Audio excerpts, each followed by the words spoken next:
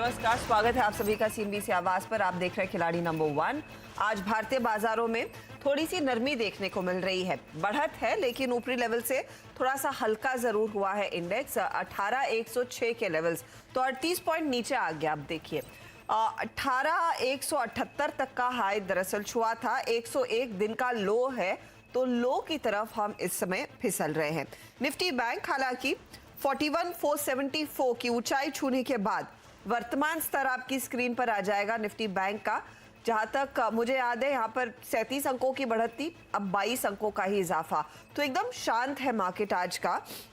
सेक्टोरली स्थिति इनफैक्ट दिखाई देगी। एडवांस डिक्लाइन रेशियो भी आपकी स्क्रीन पर लेकर आएंगे।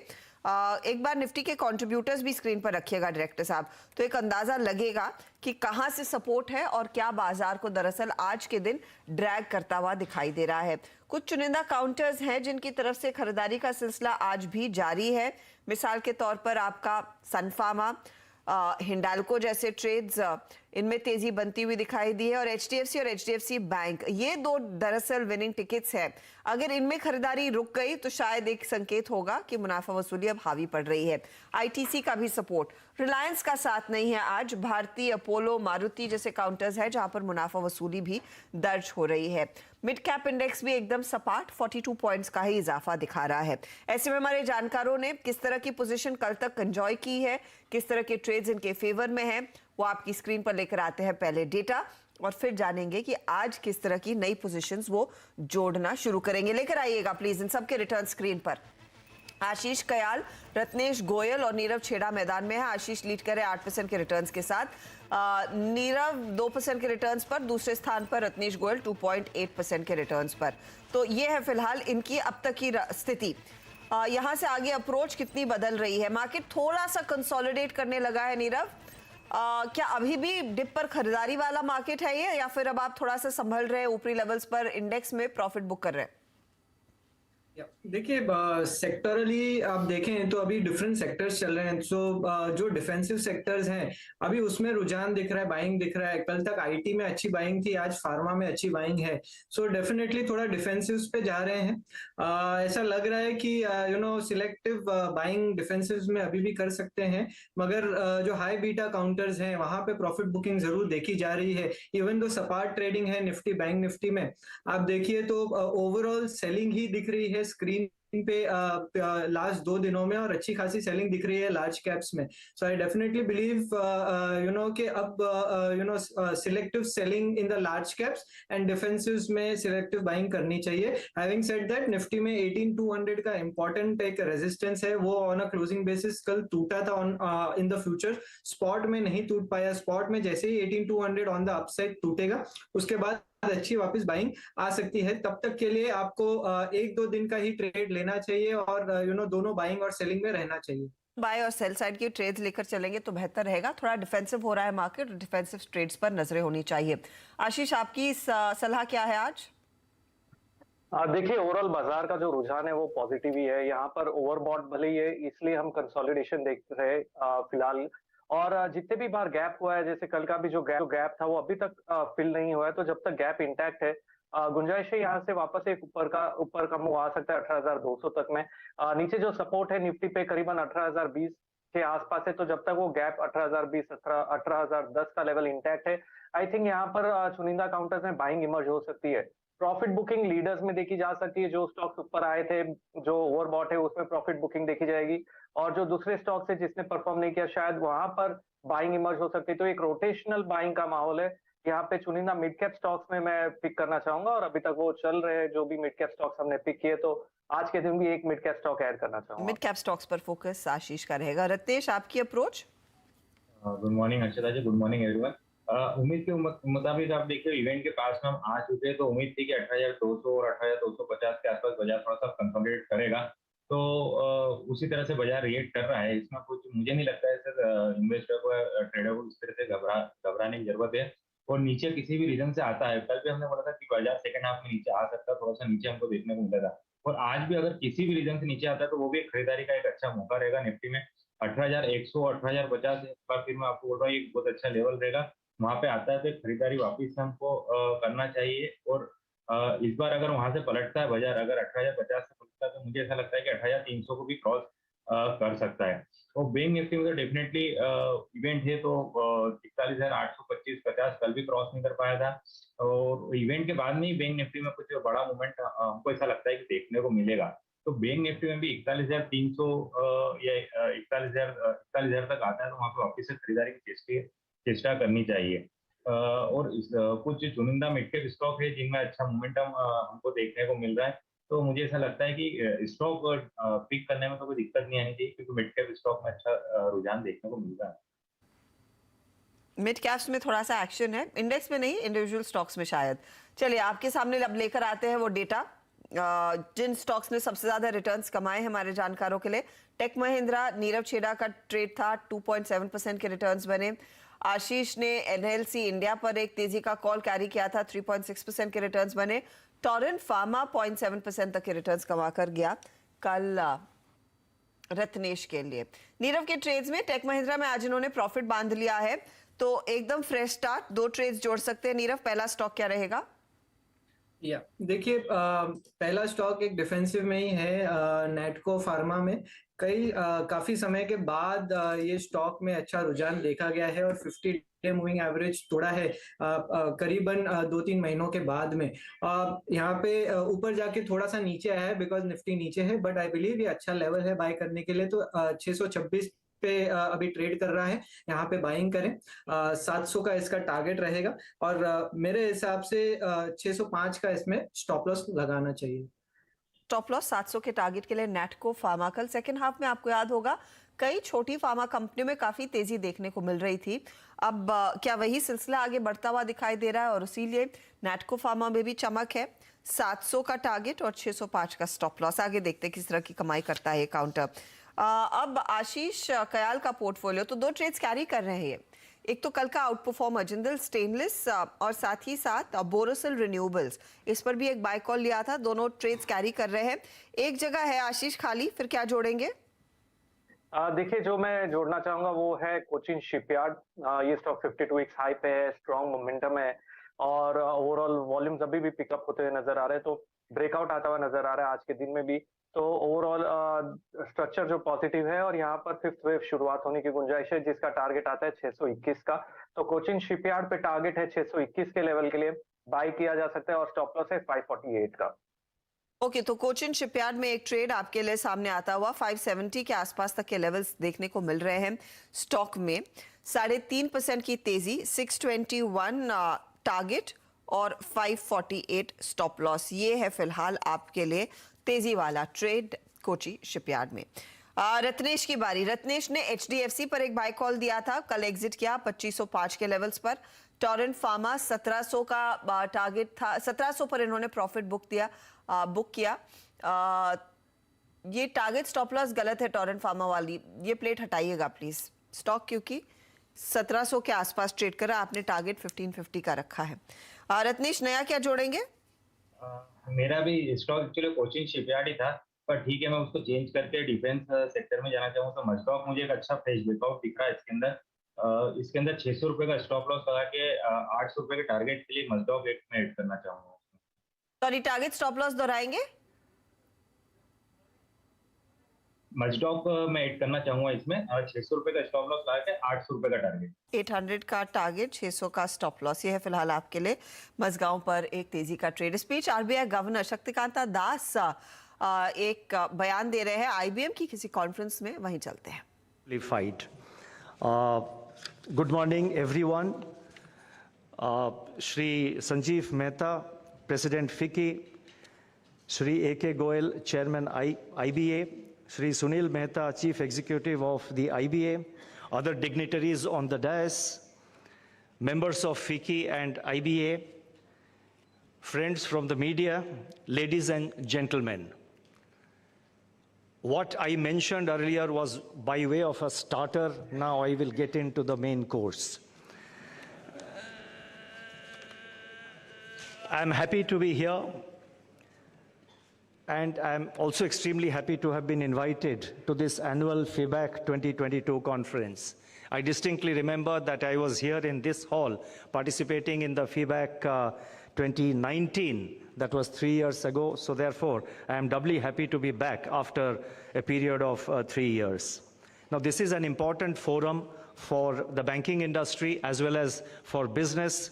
We have the presence here of thought leaders, banking practitioners, stalwarts from the industry, and several technology players, some of whom have put up their stalls just outside this hall. So I'm extremely happy and delighted to be in a gathering like this. Now, this conference is being held at a time when the global economy is going through a process of churning. Triple shocks of COVID-19, the war in Ukraine, and the current financial market turmoil have created a toxic mix of factors and circumstances which every country has to grapple with. The International Monetary Fund, in its recent annual meeting, has presented a rather somber outlook for the world economy and the world trade. And it has also gone on to make downward revisions in its growth projections for the current year as well as for next year, and also downward revisions in the volume of global trade. The existing international order is undergoing fundamental shifts in terms of geopolitics and economic relationships. Now, the confluence of these factors and circumstances is reverberating speedily across jurisdictions through various modes and spillovers. With monetary policy actions and stances undergoing a regime shift in the advanced economies, financial conditions have tightened sharply across markets and have accentuated financial stability and have accentuated what I call, financial stability risks. Emerging market and developing economies, that is EMDs in particular, remain highly vulnerable to these global spillovers. Capital outflows have led to reserve losses, sharp currency depreciations, and spiraling imported inflation pressures, and this has happened across EMDs. Several countries face acute debt distress, while many others are confronted with elevated food and energy prices. Conventional and technocratic policy making is increasingly getting challenged by unconventional and out-of-the-box approaches.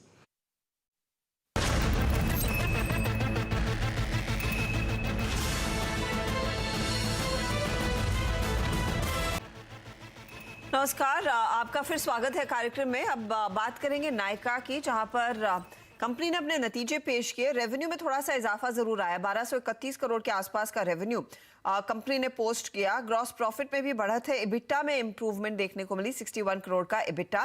Profit before tax 8.8 crore के आसपास का। इनकी GMV, overall GMV में वृद्धि देखने को मिली और fashion की जीएमवी थोड़ी सी फ्लैटिश रही है। आगे डिटेल पर बात करने के लिए हमारे साथ नायका की को founder and CEO Advaita Nayar और MD and CEO Falguni Nayar मौजूद हैं।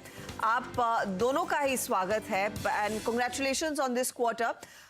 फाल्गुनी, मैं आपसे समझना चाहूंगी, रेवेन्यू सीक्वेंशियली हमने देखा है करीब 7% ऊपर रहे हैं इस तिमाही में, लेकिन अगर आप हमें एक अंदाजा दे सके, कई नए लॉन्चेस देखने को मिले, फेस्टिव सीजन का भी कुछ डिमांड का इम्पैक्ट आया होगा। ओवरऑल डिमांड एनवायरनमेंट इस समय कैसा रहा है? तो आपको तो पता है कि नायका एक तो मल्टी ब्रांड रिटेलर है जो ऑनलाइन भी है और ऑफलाइन भी है, और दोनों जगह ब्यूटी बिजनेस में भी हमें लग रहा है कि अच्छी डिमांड आ रही है। ऑफ कोर्स ये जो सितंबर क्वार्टर था वो सीजनली स्ट्रॉन्ग क्वार्टर नहीं है। October, November, December is a seasonally strong quarter. So आगे जाके भी वी आर ऑल होपिंग कि consumption continues, even though there is some amount of inflationary pressure, economy में थोड़ा इन्फ्लेशन का जोर चल रहा है, बट आजकल कंज्यूमर्स लाइफस्टाइल के लिए ब्यूटी और फैशन के प्रोडक्ट्स काफी उनको कॉन्फिडेंस देते हैं। आजकल युवा जैसे कि वो काम में जुड़ रहे हैं और एजुकेशन ले रहे हैं या even beyond that, I think कि कंजम्पशन ऑफ ब्यूटी प्रोडक्ट्स और फैशन प्रोडक्ट्स उनको कॉन्फिडेंस देता है। तो we are seeing good uptake in demand and ये एज पर एक्सपेक्टेड, ये I mean industry growth as well as e-commerce growth was as expected. तो demand अच्छी है आप कह रही हैं। अद्वैता, एक कंसर्न रही है आपके बिजनेस को लेकर कि पिछली बारी मार्जिन्स थोड़े से थिन रहे हैं, वेफर थिन रादर, लेकिन इस क्वार्टर में हमने देखा है करीब 1% का इजाफा, that's nearly 100 basis point of expansion sequentially, quarter on quarter अगर मैं देखूं तो मार्जिन्स यहां से आगे क्या और बेहतर होने की स्थिति में है? क्या कुछ आउटलुक आप दे पाएंगे? प्रॉफिटेबिलिटी के लिहाज से भी क्या कुछ स्थिति और बेहतर होने के आसार हैं? Yeah, so we're feeling pretty good about the improvements from a profitability point of view. As a reminder, the EBITDA this quarter has grown 112% year on year to 61 crores. So we're feeling good about the year on year improvement. As a reminder, we have three businesses. So we have, the multi-brand beauty business, we have the fashion business, and we have our new initiatives, which includes our distribution business and some of our other smaller ventures and some of our acquisitions. So what you have to note is that the core beauty business is making good money, and it is in a very strong profitability positioning.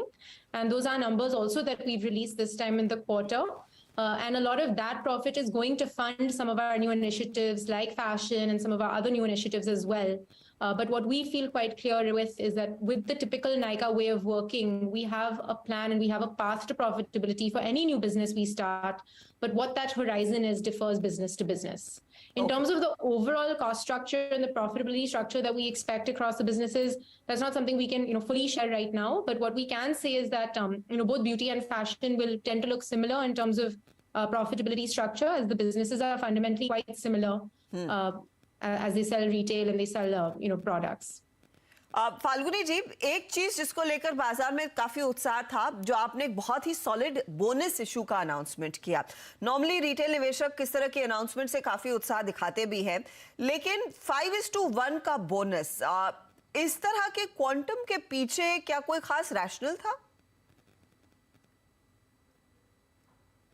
I think Nykaa, जब आपको तो पता है कि नायका बहुत छोटी capital से company आगे बढ़ी थी और इसकी वजह से हमारे रिजर्व्स काफी अच्छे थे और प्री आईपीओ ऑलरेडी हमारा स्प्लिट हो गया था, तो ₹1 का शेयर था, तो इसलिए, और share price of course IPO के टाइम भी 1100 से ऊपर थी और उसके बाद भी स्टॉक प्राइस उससे ऊपर रहती थी, तो इसकी वजह से रिटेल इन्वेस्टर को कभी कभी पार्टिसिपेशन में दिक्कत होती है। तो हमने पहले ही सोचा हुआ था कि एट सम स्टेज हम बोनस देंगे इन अ वे दैट रिटेल इन्वेस्टर्स को भी पार्टिसिपेट करने की एबिलिटी मिले। तो बेसिकली रिटेल निवेशकों को और मौका मिले आपके स्टॉक को लेने का। इस पर मेरा एक फॉलो अप है, आपने पहले रिकॉर्ड डेट 3 नवंबर तय की थी, उसको पोस्टपोन किया 11 नवंबर को, ऐसा क्यों?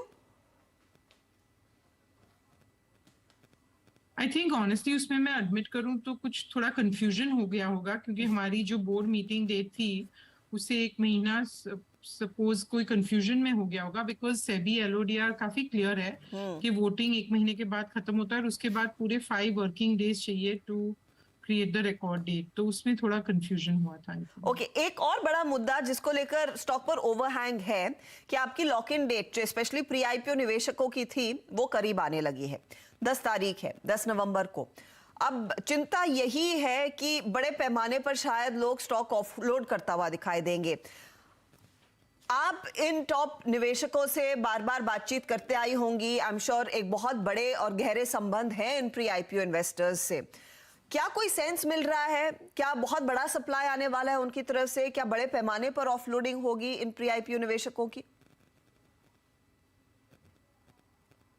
नहीं, मैं और की तरफ से मैं तो नहीं बोल सकती हूँ, पर मेरे हिसाब से जब तक हम अच्छी कंपनी बना रहे हैं जिसके लॉन्ग टर्म प्रोस्पेक्ट्स अच्छे हैं और हम कंपनी अच्छी तरह से मैनेज कर रहे हैं और हमारे काफ़ी इन्वेस्टर्स को कोई वो तो हाई नेटवर्थ फैमिली ऑफिसेज है, तो उनको इतना नियर टर्म प्रेशर नहीं होना चाहिए, तो मैं उनकी तरफ से नहीं बोल सकती हूँ, बट हमारी इच्छा रहेगी कि इन्वेस्टर हमारे साथ जुड़े रहें आगे जाके। फाइनली अद्वैता, मैं आपसे एक सवाल पूछना चाहूंगी बिजनेस पर। सुपर स्टोर जो आपने लॉन्च किया और जो फैशन स्टोर है, वहां पर क्या प्लान्स है इसे स्केल करने के? क्या हम देखेंगे नायका की तरफ से थ्रस्ट आता हुआ? So some of these new businesses, have ambitious plans. So on the fashion side, we have some very exciting new propositions that we've launched. We've launched something called the Global Store, where we're bringing the best global brands to the country. And we've actually just signed a very exciting partnership with Revolve, which is one of the world's best retailers there is, based out of Los Angeles. And we've become their India partner. And, the early days and early results are looking promising. So like that, the same way we did in beauty, the whole mission and vision is to bring the best global brands to the country. And so Global Store is one such initiative. Also on the fashion side, this quarter, we've opened 2 physical stores. So that is, again, a new path that we'll be exploring to see how it goes. So these are some of the exciting plans on the fashion side of the business. And like that, we also have a lot of exciting news coming up on the Superstore business, as well as, our other core businesses, which include some of our owned brands and private labels as well. बहुत बहुत शुक्रिया आप दोनों का हमारे लिए समय निकालने के लिए इन कमिंग क्वार्टर्स के लिए all the very best. Stock कल तक तो ऊंचाई छू रहा था, आज हल्की सी मुनाफा वसूली, पूरे मार्केट में हमने देखा थोड़ा सा कूल ऑफ देखने को मिला है, लगभग 2% नीचे नायका इस समय। चलिए आपकी स्क्रीन पर लेकर आते हैं हमारे जानकारों का पोर्टफोलियो। नीरव, आशीष और रत्नेश के ट्रेड्स आ चुके हैं। एक एक जगह नीरव और रत्नेश ने खाली रखी है अपने पोर्टफोलियो में जोड़ने के लिए, तो लेकर आइएगा डेटा। आशीष कयाल ने 2 ट्रेड्स कैरी किए, एक नया जोड़ा है कोची शिपयार्ड 621 का टारगेट, 548 स्टॉप लॉस है। बोरोसिल कैरी किया 632 के टारगेट के लिए और जिंदल स्टेनलेस भी पोजीशन कैरी कर रहे हैं 160 के टारगेट के लिए। रिटर्न्स भी आपकी स्क्रीन पर आ जाएंगे, इस घंटे क्या बन रहे हैं। 2% ऊपर है जिंदल स्टेनलेस, आधे % का योगदान बोरोसिल रिन्यूएबल से, आधे % से ज्यादा का योगदान कोची शिपयार्ड की तरफ से। अब आइए नीरव के पोर्टफोलियो पर, तो नैटको फार्मा इन्होंने जोड़ा 700 टारगेट, 605 स्टॉप लॉस। रिटर्न्स देखिए इस घंटे क्या कमा रहा है ये पर्टिकुलर ट्रेड, 0.54%, यानी कि आधे % से ज्यादा की कमाई होती हुई नैटको फार्मा की तरफ से। रत्नेश ने मजगांव डॉक जोड़ा है, टारगेट 800 का दिया, 600 का स्टॉप लॉस, और ये स्टॉक भी कोची के साथ अच्छा खासा मोमेंटम दिखाने में कामयाब था। इस घंटे 0.29% तक के रिटर्न्स ये जोड़कर ददे रहा है। ताजा तस्वीर रिटर्न्स की अब आपकी स्क्रीन पर आ जाएगी। आशीष कयाल एक लीडरशिप पोजीशन में बने हुए हैं, वहां पर देखिए किस तरह की स्थिति बनती हुई। 10.84% के रिटर्न्स इनके, 5.24% के रिटर्न्स है नीरव छेड़ा के। रत्नेश गोयल लगभग 3% के रिटर्न्स कर रहे हैं एंजॉय।